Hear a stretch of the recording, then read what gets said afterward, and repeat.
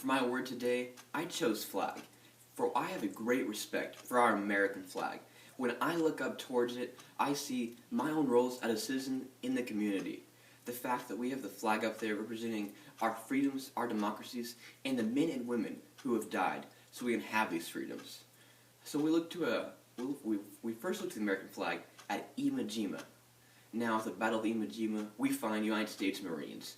They were circling together, and they were able to put up the American flag so everybody had a reason to fight for it, to get all the Marines going again, so that they were able to get up and fight. Their hope was reinstituted into them so they could go ahead and fight for what they wanted. And they had a belief in something they wanted to do, and they knew how to do it. But we also look at the people of the United States who burn flags. Now these people that burn flags, they're following and believing in the same American values of people who uphold these flags. That's what America such a delicate place, is we have our freedoms, a freedom of speech, to express our opinion in different manners, that if we want to, we can go out and burn that American flag.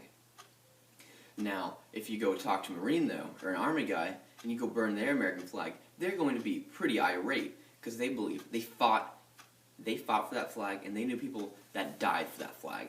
So they're going to be pretty upset if you try to go out and burn their American flag. But what this shows us is how a flag is a symbol of citizenship for a person in my community. We look to me. I have the American flag, but people from Great Britain, they have their flag as they look up to that they might die for. But then we look to people where they're under tyranny. We look to Afghanistan and some of the rebels there. They see the flag of that country and they want to knock it down. They want to be able to tear that flag down. They want to play capture the flag and go into the building and steal their flag and burn it to the ground and to put up their own flag because they don't want the rule of the country they're under right now. So now as we also look to as what flag can mean to you and me. As in school days, every day as an American citizen, we go up in our school, we look to that American flag, we pledge allegiance, and we go along, or some of us don't. We might put our heart over here, say something funny when we do Pledge of Allegiance, but we don't really take it as seriously as we need to. We don't understand and respect the values that American flag has given us, how many men and women have actually stood for that flag, and how good things have actually came to pass because we've had our flag standing there. But it's not because we have a flag there. Every country has a flag. It's because in America, that flag means something.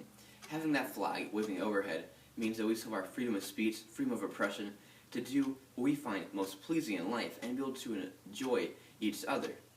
And now as we look to some other people where the American flag has taken a turn for the worse.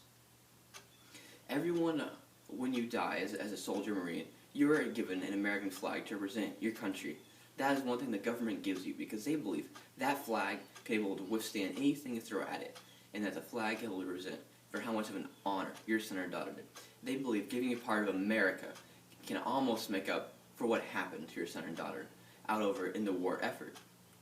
Now, when we look to see how this is good or bad, it's kind of sad in reality that we have so much faith in one object to make it seem to try to last forever. Now, as we've taken a look back today, looking at Iwo Jima and how the flags were used there, we see that the flags did help make people give hope and dream more. And we saw how in America, we can even burn our flags, which is a pretty strange reality. Now, as we look to the philosophy of Siddhartha, how we all need to go to a path of enlightenment over time, well, now in the book Siddhartha, we find a man that is always on his trail to make his life better and better. This is close to what a lot of humans are doing.